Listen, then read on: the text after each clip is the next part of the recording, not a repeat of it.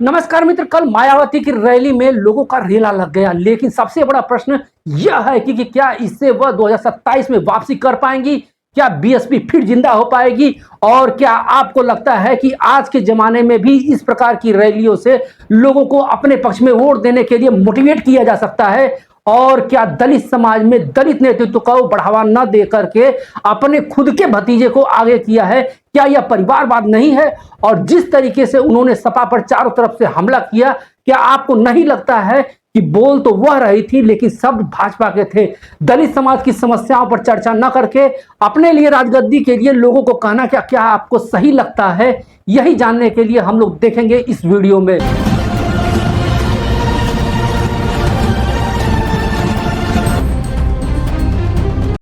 सूरज की पहली किरणें अभी अभी लखनऊ की सड़कों पर फैली थी। काशीराम स्मारक स्थल 9 अक्टूबर 2025 को एक सिर्फ रैली की नहीं बल्कि लोगों का रैला था और बसपा के लिए सपने की शुरुआत थी। लाखों लोग उत्तर प्रदेश के कोने कोने से, यहां तक कि बिहार, पंजाब और हरियाणा से भी नीले झंडों और हाथियों के प्रतीकों के साथ में जुटे थे। बहुजन समाज पार्टी की सुप्रीमो मायावती की यह रैली पार्टी के संस्थापक काशीराम के 19वीं पुण्यतिथि पर आयोजित की गई थी। 9 साल बाद ऐसा शक्ति प्रदर्शन हो रहा था और शहर की सड़कें नीले रंग से रंगी हुई थी। ट्रैफिक जाम इतना भयानक था कि लखनऊ के निवासी हैरान थे। बसें, ट्रक, कारें सब रुकी हुई और लोग पैदल ही स्मारक की ओर बढ़ रहे थे।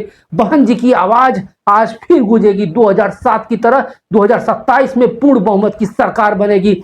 2007 जब बीएसपी ने दलितों, पिछड़ों और अल्पसंख्यकों और यहां तक कि ब्राह्मणों को एकजुट कर सत्ता हासिल की थी, लेकिन उसके बाद के साल कठिन रहे। 2022 के विधानसभा चुनाव में सिर्फ 1 सीट और 2024 की लोकसभा में 0। पार्टी का जनाधार खिसकता नजर आ रहा था और सबसे बड़ा धक्का तो यूपी के 9 सीटों के उपचुनाव में, जिसमें कि 7 सीटों पर भाजपा के गठबंधन के लोग आते हैं और 2 सीट पे महुआ और करहल पर सपा जीत जाती है। लेकिन बहुजन समाज पार्टी 2 सीट कटहरी और मजमा पर अपनी जमानत तक नहीं बचा पाती है। बाकी सीटों पे तो वह चंद्रशेखर आजाद की पार्टी और ओवैसी के पीछे रह जाती है। गजब की दुर्दशा भाजपा की हो रही थी। आप लोग इस ग्राफ में देखिए किस तरीके से उनका वोट परसेंटेज गिरता जा रहा था। यूपी की राजनीति में बसपा सुप्रीमो मायावती हाशिए पर आ चुकी थी। अब ऐसा नहीं लग रहा था कि जिससे कि वह उनका वोट बैंक उनके पास रह गया है। कोई भी उनके साथ जुड़ना नहीं चाहता है। उन्होंने अपना उत्तराधिकारी आकाश आनंद को बनाया, लेकिन आकाश भी उपचुनाव में कोई गतिविधि नहीं कर रहे थे। यदि यही स्थिति रही तो 2027 में मायावती कुछ नहीं कर पाएंगी, यह कहना बहुत मुश्किल है। यह मानना था एक चुनावी विश्लेषक का। लेकिन आज काशीराम स्मारक स्थल पर लाखों की भीड़ देखकर बीएसपी के नेताओं का सीना गर्व से फूल गया था।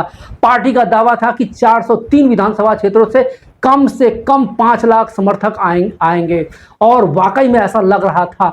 लेकिन वह लोग इतनी बड़ी संख्या में कैसे पहुंचे, एक सोच है जो उनको यहां तक खींच कर लाई है। वह आप इस वीडियो में देखिए। वोट किने देवे के बात है, तेजस्वी के कि नीतीश के? अपना जात भाई पे। जात भाई पे वोट दे हैं? हाँ। तो कौन जात है? राय जी। राय जी हैं? हाँ।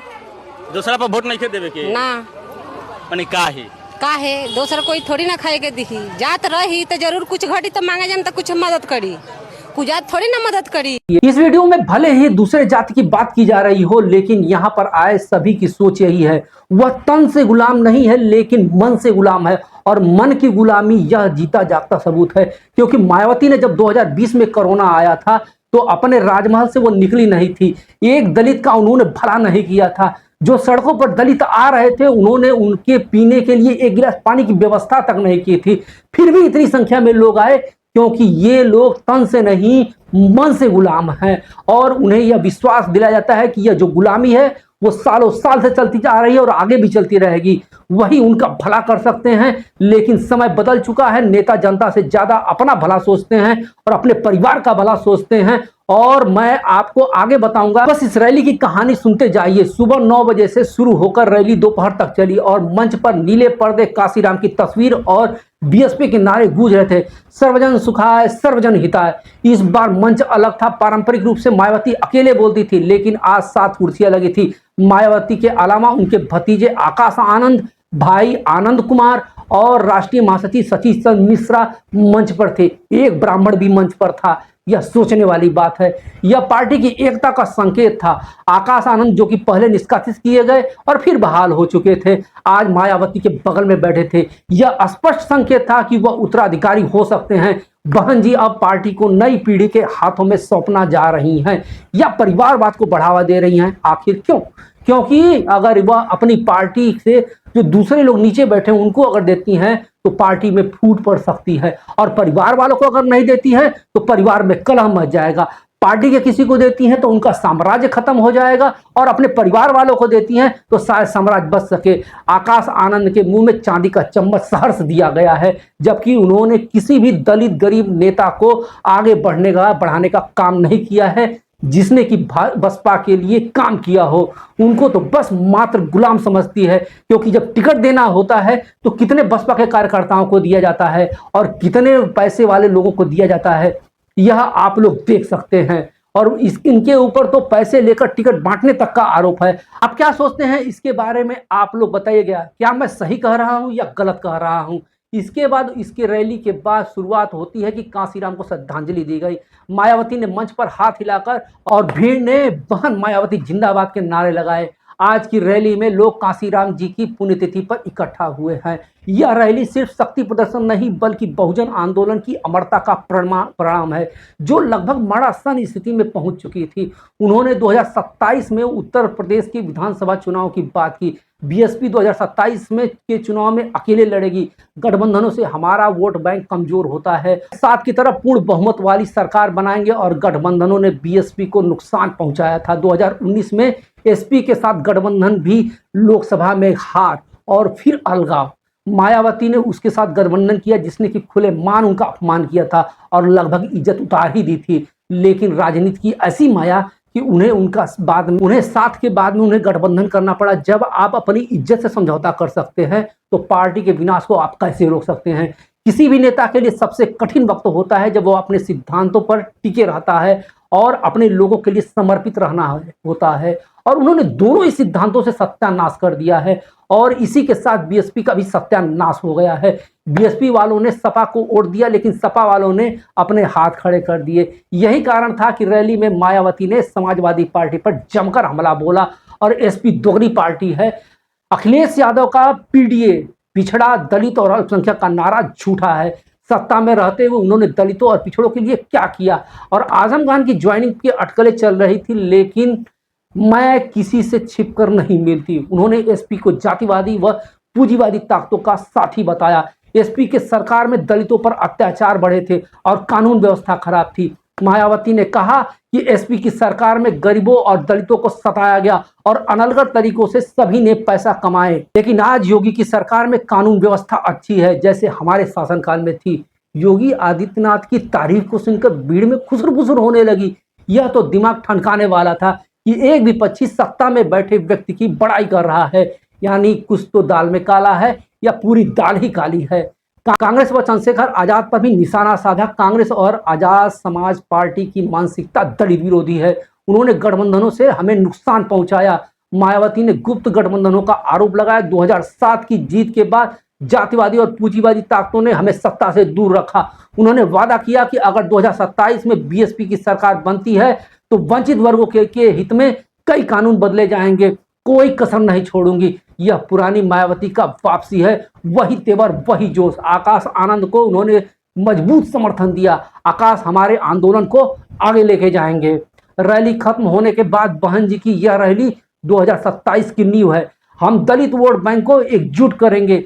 लेकिन विरोधी दलों की प्रतिक्रिया भी तेज थी। अखिलेश यादव ने व्यंग किया कि मायावती की योगी की तारीफ से लगता है कि अंदरूनी समझौता हो गया है, पीढ़ियों को मजबूत बनाएंगे। कांग्रेस की अजय राय ने कहा कि भीड़ बीजेपी स्पॉन्सर्ड है, सरकारी मशीनरी लगी हुई है। कुंवर दानिश अली ने इसे बीजेपी और आरएसएस का नया प्रयोग बनाया। नसीमुद्दीन सिद्दीकी ने कहा कि मायावती कांग्रेस, एसपी और चंद्रशेखर पर हमला कर बीजेपी की तारीफ कर रही हैं। यह बीएसपी और बीजेपी की संयुक्त रैली है। चंद्रशेखर आजाद ने अपनी रैली को स्थगित कर दिया ताकि टकराव न हो। यह रैली बीएसपी के वापसी का संकेत है। पार्टी का जनाधार खास तौर पर दलित वोट बीजेपी के दलित और आउटरीच को चुनौती देंगे। 2022 में सिर्फ एक सीट थी, लेकिन आज की भीड़ से लगता है कि 2027 में बदलाव आएगा। मायावती ने कहा कि बहुजन आंदोलन कभी खत्म नहीं हो सकता है, क्योंकि यह हमारे हक और सम्मान की लड़ाई है। लखनऊ की यह रैली राजनीतिक इतिहास में एक अध्याय बन गई। मायावती की पुरानी जिद, नई रणनीति और आकाश आनंद का उदय, सब कुछ 2027 की ओर इशारा कर रहा था। लेकिन सवाल अभी बाकी था कि क्या बीएसपी 2027 की सफलता को दोहरा पाएगी, यह तो समय ही बताएगा। लेकिन सबसे बड़ा प्रश्न यह है कि अगर आपके पास लाखों लोगों का समर्थन हासिल है, इन लाखों लोगों की सबसे बड़ी जो समस्या है, जो आज की डेट में समस्या है, शराब, शिक्षा, स्वास्थ्य, इन तीनों के बारे में आपने क्यों नहीं बात की? क्यों आपने केवल अपने राजगद्दी के बारे में बात की? जब आप राजगद्दी पर आएंगी तभी समस्याएं खत्म हो पाएंगी। क्या आप इन समस्याओं के लिए कोई आंदोलन नहीं कर सकती हैं? दलित समाज इन तीनों चीजों से बुरी तरीके से जकड़ा हुआ है। इन तीनों से वह छुटकारा नहीं पा रहा है। शिक्षा मिलती नहीं है, स्वास्थ्य मिलता नहीं है, और शराब पिए बिना रह नहीं सकता है। शराब पीता है क्योंकि उसके पास शिक्षा नहीं है। शिक्षा नहीं होने के कारण वह अपने शरीर का नाश कर लेता है। वह गरीब दलित रह जाता है और उसका जीवन समाप्त हो जाता है। अगर आप इनके बारे में बात नहीं करती हैं और सिर्फ अपने लिए बात करती हैं, तो आप एक स्वार्थवादी हैं। आप स्वार्थी हैं, आप जातिवादी हैं, परिवारवादी हैं, आप दलित नेता नहीं हैं। आप इस बात को आप स्वीकार कीजिए। अगर मित्रों आपको विश्लेषण मेरा अच्छा लगा तो कृपया मेरे चैनल को लाइक सब्सक्राइब कर दीजिए, ताकि आपकी मित्रता और मेरी मित्रता बनी रहे और इसी प्रकार का वीडियो मैं बनाता रहूं। आपका यह वीडियो देखने के लिए बहुत बहुत धन्यवाद।